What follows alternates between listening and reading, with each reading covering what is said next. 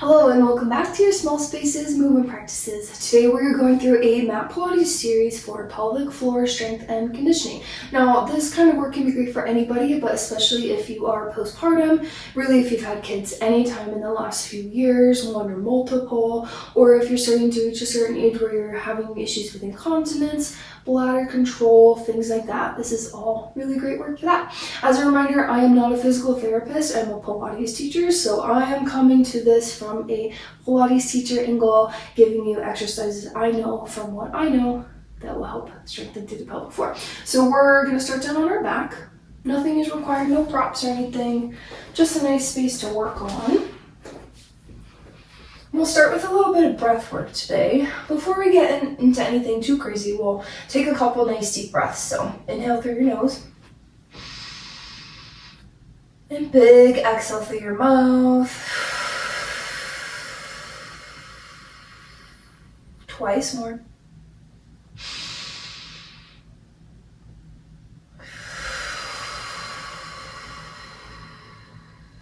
Last time.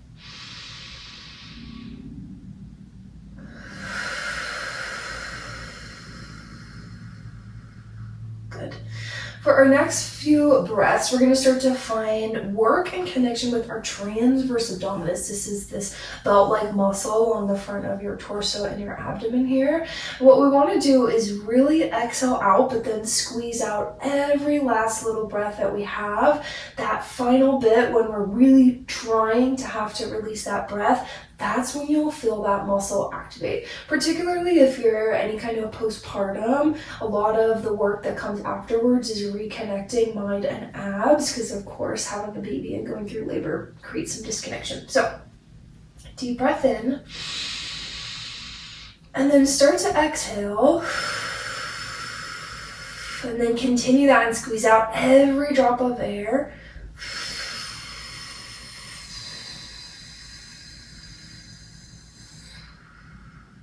Good. And then as you do that, continue on your own. You should start to feel that contraction and connection with that deep ab work. So a couple more times, breathe in. Big exhale. And then really squeeze that breath out. Force it out. Now we'll do one more time.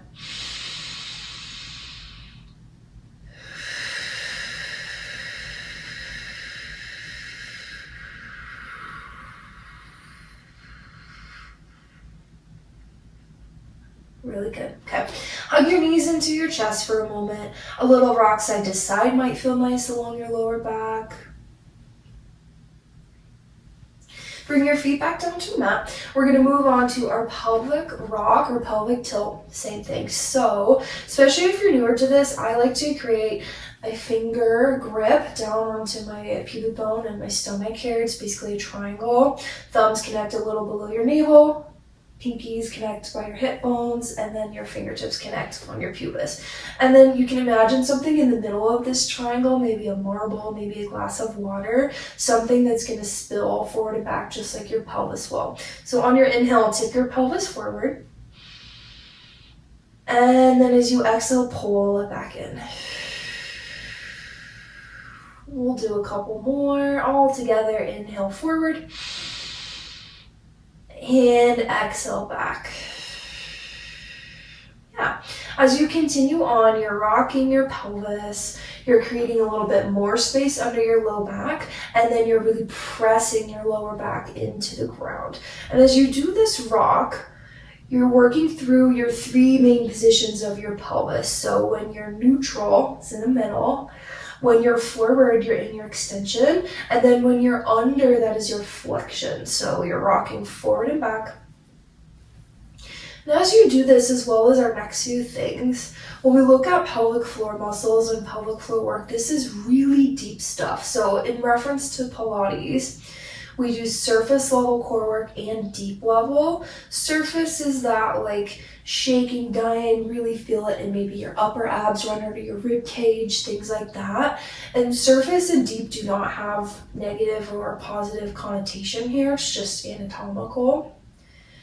And then pelvic floor, bladder control muscles, that's the deep stuff. So thinking about like if you were gonna stop yourself from peeing, frank but true, that's those bladder control muscles. And that is typically what needs help if we're experiencing issues with our bladder or incontinence. So just seeing in your first few rocks if you can find a little bit of that activation. If you're like, I have no idea what's going on down there, no stress, right? It's just practice. Okay, now come back to center. We're gonna move on to our pelvic clock. So instead of a tip forward and back, now you're moving in a circle. I like to keep the hands there. If you're visual, you can think of a clock. Down towards your pubic bone is 12, right hip bone is 3, towards your navel is 6, left hip bone is 9. You're gonna rock forward to 12, over to the right for 3, under to 6, over to the left for 9, and then back to 12, and continue with that clockwise motion. We're trying to really isolate it just to the pelvis. So notice how my knees are not moving a ton. They're shifting slightly, but we're not like doing a huge big circle there. And sometimes these can feel really clunky or really awkward. So if you're in that boat, no stress. What we really want is the motion for our pelvis, that movement. And it's all practice. Pilates is just practice. And then next time you're back to 12, we'll go counterclockwise. So forward to 12, over to the left for 9, under to 6, right for 3, and then back to 12. Continue with that circle. Make sure you're breathing too. Don't hold your breath. Still getting motion for the pelvis. Maybe you can feel those deeper core muscles activating, but if you still don't feel that connection, you're just trying. 2 more. Last one. Good. Return through center. A little windshield wiper with your knees left to right might feel kind of nice for a moment. And then last thing we'll do here for our pelvis and our spine warm-up is a bridge. So, nice thing about bridging on the mat as opposed to your other equipment, you have a little bit of choice with how close or how far your legs will be. The closer your heels are to your glutes, the more hamstring work you're gonna feel. So if you know yours are tight, you might walk them out a little bit. Arms along by your sides. It's basically adding onto that rock. So round through your tail, lift hips and spine up. As you get to the top, make sure you're not puffing up in your stomach. You're not trying to push yourself up as high as you can. That's really not what we're about with a Pilates bridge. Abs are in, hips are level, and then slowly lower one vertebra back down at a time. And we'll continue like that. So curling up as you inhale, make sure abs are tight, and then lowering down as you exhale. Yeah. Continuing at your own pace, let it feel like some nice motion for your back. Only lift to where it feels good for you. Remember that we care about the articulation, lower back, middle back, some of your upper back, and then you lower down in the same way. We want abs to really work and fire to support us there. It's not so much about how high we get up. There are times where bridges like that, not in Pilates, but for example, in a yoga practice, I teach yoga as well, as you may already know from this channel, but with yoga, sometimes we are looking to get our hips and our chest really elevated. That's not really our goal with this right now. And then lower, let's go one more time. Inhale as you lift, feel your abs pull in. And then exhale as you lower. Really nice. Hug your knees into your chest. Another little rock might feel good. We'll do our last little bit of work here on our back, moving on to what's called our toe taps. So we're going to bring both legs up into tabletop. If at any time you're feeling this in your lower back, just plant one foot down and you can do single leg before switching. Always got options. So left leg's gonna stay where it is. You'll hinge at your right hip, reach the thigh forward without losing the bend in your knee, and then pull your leg back. You'll tap the left and come in. So as you continue, make sure your abs stay really, really connected. And sometimes, like I said, that can take practice to know when we are, but a hand to that space can let you know right away, a little reminder. And your tap is really about making sure we don't spill forward in order to tap down. So single leg is a more supported version before what we'll do next. When I started doing Pilates in college and had chronic low back issues, there was a time where I was going to be away for a month, and this was the only thing that my teacher gave me. She's like, just do your toe taps every day. You'll stay in shape. They are very effective. Okay, bring both feet down, take a little breath, maybe a windshield wiper, check in with your back. And then we'll finish with our double leg toe taps. So both legs come up, zip them together. Remember, if you're feeling your low back, that might mean you're pushing too far forward and abs are not working, or that you need more support. One foot can go down. Legs are together for your double. Both will reach and both will lift. Now you might notice for me, this is not going very far. I know my body well, and I know that if I tap, that's going to happen, hurts my back, abs are not working, everything is moot. So you really want to be careful about that motion. Keep everything really connected.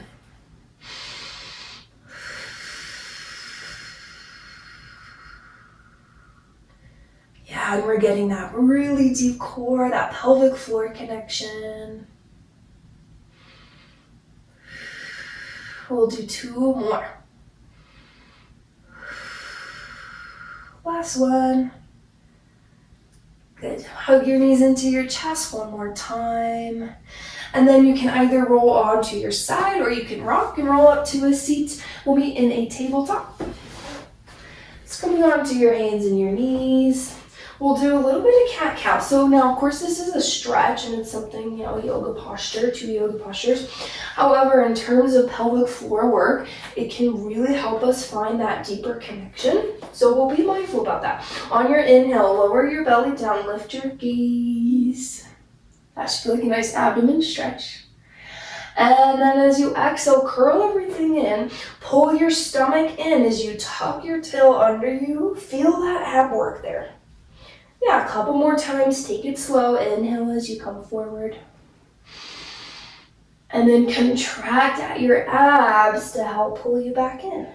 Yeah, we'll do a couple more.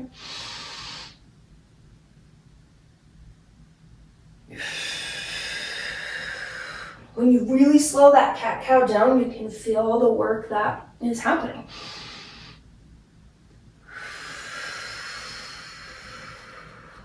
All right, come back to your tabletop and we'll do a little bit of spinal balance action. So if you're a yogi, you might know this as like bird dog, but it's going to be a little bit different. So we'll slowly break it down without moving anything else in your tabletop. Keep your legs nice and grounded. You're going to reach your right arm forward and then put it back down. Reach your left. Hello, plant. Always got a plant in the way here. Put it down. Couple more times each side. Keep abs totally connected. So if you need to check in with that space, do it. As the left hand comes down, we'll pause. Now I'm pretty sure I'm about to hit the wall. If I do my legs, I'm gonna scoot forward. Make sure you got room always. And then right leg will reach long behind you. Put it back down. Reach your left. Now what we don't want is a ton of movement and shifting at our hips in order to do that. And it's not about how high that leg goes. Fight that like Jane Fonda temptation. As wonderful and fabulous as she is. Okay, both knees down. We'll put it all together. So, left leg will reach long. Right arm will come forward and we're just gonna hold for today. Make sure shoulders are relaxed, core is connected. Push top of right foot down. And then bring everything down. Really great, we'll do the other side to finish. Right leg back, left arm forward and just hold. Oops. Always a plant, like I told you. Abs are in, shoulders are relaxed. Make sure you're breathing. Push left top of the foot and shin down.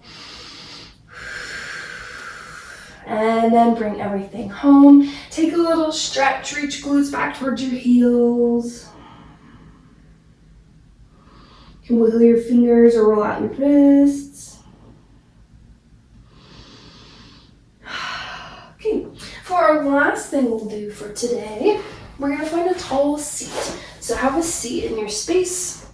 Legs will come out. If you have a mat, you can do about the width of your mat. If you're on the floor, you can think like a shallow V, a shallow straddle.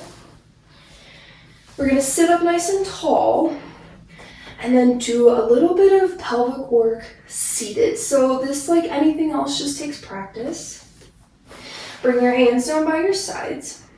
And what we want to feel is that we're not like actively lifting up, pushing ourselves up off the mat, but we're pulling our abs in and feeling a little bit of lift through our pelvic floor. And now when I've just done all those things, I really feel a lot of work in my abs. Like it doesn't look like I'm doing anything. And then release. A couple more times, pull it in. And release. You can almost think of it like a Kegel. It's a little bit different. It's a little more involved than just the muscle there, but we do want the connection and the work to come up higher. Pull and release a couple more times.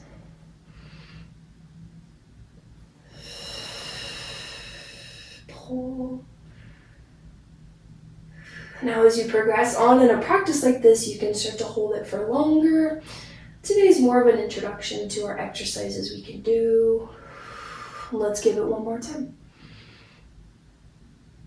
All right, fabulous job. We'll take a spine stretch. So for spine stretch, I like my hands to go to the mat or the ground. I think that feels really nice. Keep a flex on your feet. Take a big inhale. And as you exhale, roll yourself forward. Hands push forward. Drop your head. Inhale as you rise. Exhale as you come forward.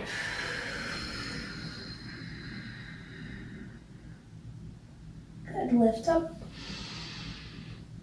Last time.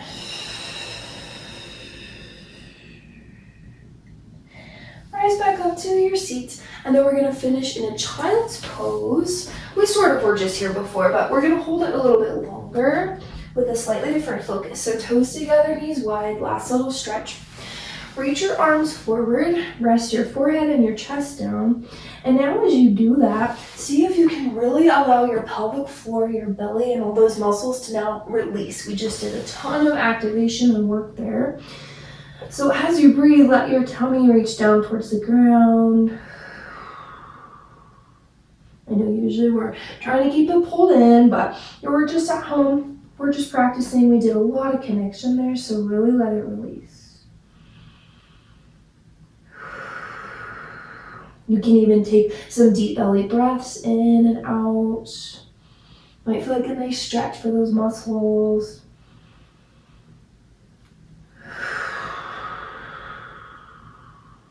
Two more.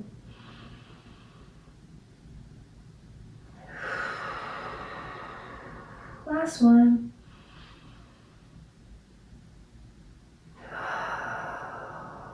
Good. Press yourself back up. Come find a tall seat.